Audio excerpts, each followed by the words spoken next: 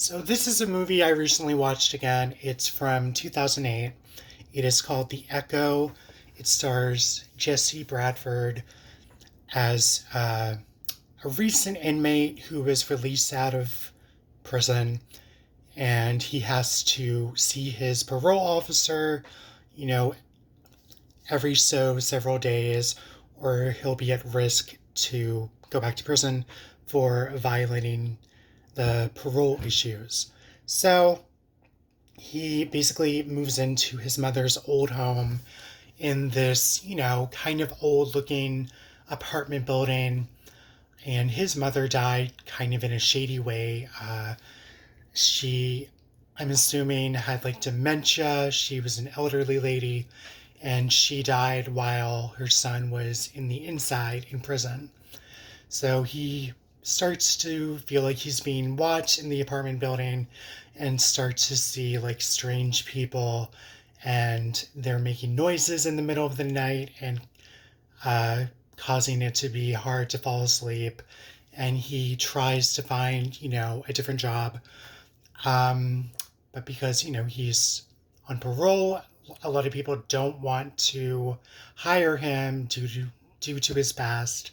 But he does get a job at a mechanic garage, fixing up cars and whatnot. This movie came around, it was like close to the end of these Asian ghost movies that were remade in America. I think this is made in the Philippines. I've not seen the original version. I've only watched this version.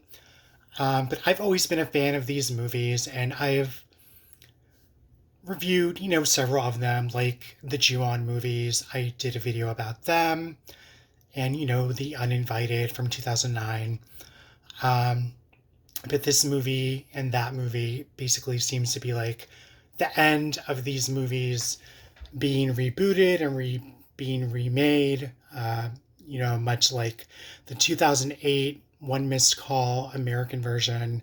It got really bad reviews, and it pretty much just ushered in the end of those movies and focused more on like vampires, the torture movies, the Saw movies, stuff like that.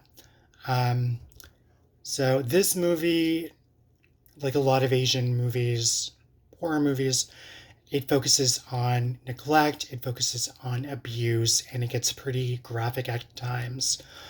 And he also runs into a girl that he used to know before he went to jail.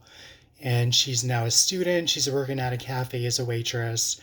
And, you kind of get the sense that they kind of want to rekindle, this relationship now that he's out of jail. This movie, I want to say, is like 82 minutes long.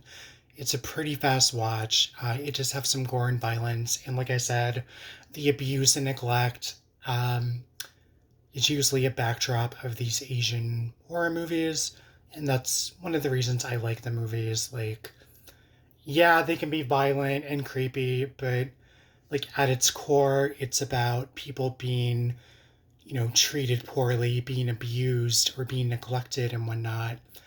And to me, that's why Asian horror movies just hit differently to me. So I enjoyed this movie for what it was. This played on the Chiller channel, which unfortunately was canceled, I want to say like in 2017.